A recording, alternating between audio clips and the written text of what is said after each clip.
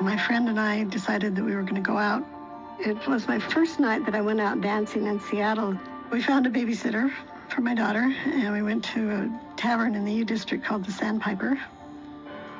I noticed just a really good-looking man. He was sitting at the table by himself, and he said his name was Ted. I was flattered when he asked me to dance. Really had my eye on him all night, basically. We did dance, and then that was the end of it. So I was thinking maybe he was going to ask me again, but he didn't. And I went over and started talking to him. As a single mom, I never wanted to be bringing men home, but I was too drunk to drive, really. And I said, so will you spend the night here? And he said, yes. So I just laid down on the top of my bed without changing my clothes or anything. But he didn't try to kiss me or do any of that. When I got up in the morning, he had gotten Molly up, and he was fixing breakfast for both of us. It just was like, oh my gosh. It just took my breath away, basically.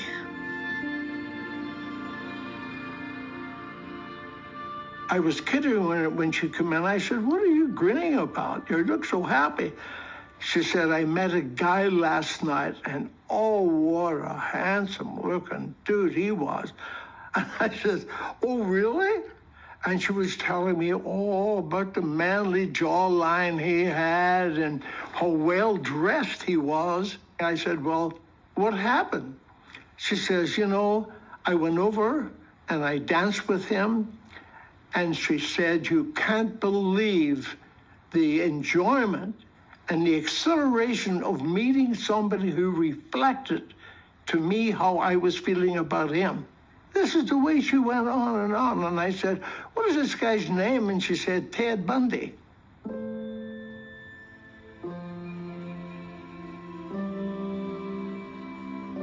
I have not had that with anyone else, where I just right off the bat felt connected to someone.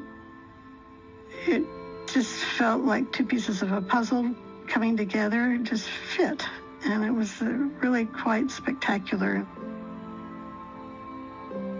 I thought he was very funny, and he seemed very mature, and he seemed polished, and told me that he was a law student. So I thought, as a lawyer, he's certainly going to make it a nice living and have these wonderful things that he wants.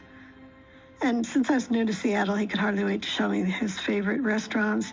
He had a favorite Asian rug store that we went to and look at all the Asian rugs, and just things that I thought were just endearing.